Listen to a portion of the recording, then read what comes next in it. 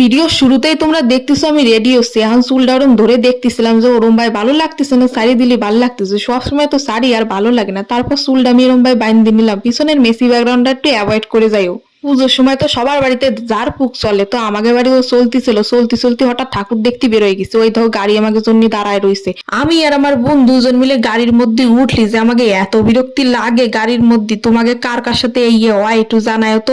ও আমার গাড়ির উপরে, আমি ওর পিঠের উপরে শুতে শুতে দেখি যে অনেক দূর চলে আইছে, প্রায় কল্যাণীর ধারেই চলে আইছে। এখন এত সুন্দর সাজ যখন তোমাকে একটু দেখাবো না তা কি হতে পারে? এখন ফুল লুক দেখানোর জন্য কত চেষ্টা করছি, যে কত ক্লিপ নিছি তার কোনো ঠিক নেই। যতই ভাবি তাড়াতাড়ি যাবো, সেই কিন্তু আমাকে জাতি জাতি কিন্তু সন্ধ্যাই হয়ে গেছিল। এখন দেখছো সন্ধ্যাই নামে গেল।